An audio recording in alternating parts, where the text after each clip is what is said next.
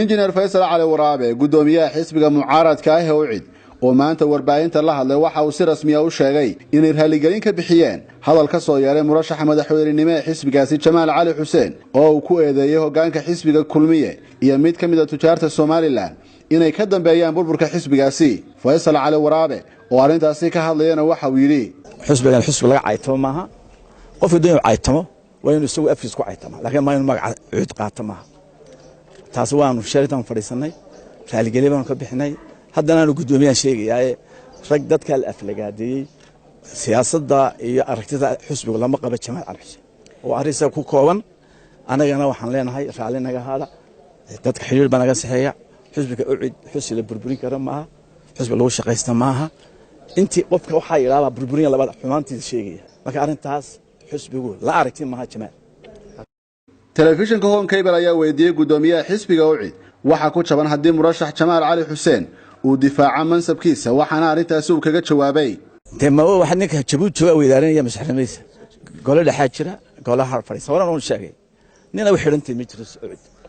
sidoo kale injineer Faysal Cali Waraabe oo ka hadlayay murashaxnimada Jamaal Cali Xuseen waxa uu ku tilmaamay mid aan rasmi ahayn oo golaha dhexe lagu go'aamin doono musharax ma aha sharax markan fariisan la soo saayay musharax maalintan musharax ka dhignay ma jirin magaanaysa xusbo maamuleen arrintan xusbi u taala haduu sharax halkaas ka soo bixi doonta laakiin maaha in la caytamo maaha in xusbiga laga dhigo xusbi dad lagu shaqeysanayo oo la isticmaalayo maaha kulmiye dana guudba naga dhaxeeya dana gaara naga dhaxeeya maceeba saddex xusbadii aday shiraan hadii xusbi kulmiye shiraan in misan mucaarad ahayn marka adeer waxaas waa local siyaasaduna cayla maaha. warbaahinta ayaa sidoo kale waxay la xiriiday dhinaca musharaxa xisbigaasi Jamaal Cali Xuseen si arintaasi uga jawaabo waxaana uu sheegay inuu si adag u difaaci doono murashaxnimada xisbigaasi isagoo dhaliilo adagna u jeediyo siyaasadda gudoomiyaha Faysal Cali Waraabe. anigu in badan buu arrimahan ay soo socday waqti xisbiga UCID aan ku tagnay ama aan ku nimid Faysal Cali Waraabe caawimo u baahnaa xisbiga Kulmiye aan dhulka la dhacay daaga gol dhaxal ay ku doortay Faysal afkiisa aniga igama qaad karo isagana gacanta ii taagay Faysal Cali Waraabe waa ninka loo soo adeegsanayo inuu xisbiga burburiyo inuu Saciid iyo Muuse bixin uu shaqeynaya marka inuu u hadlo maanta iyaga xaal u bixiyo isaga xaal siiyayna way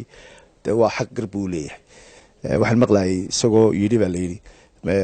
yaa yiri waa musharax waa kan kale taado ninkii cod gacanta ii taagay sawirkiisa la hayo antii waa wax adduunka weliga noocan oo kala maynaan arag haddii dhaqdhaqaaqyadan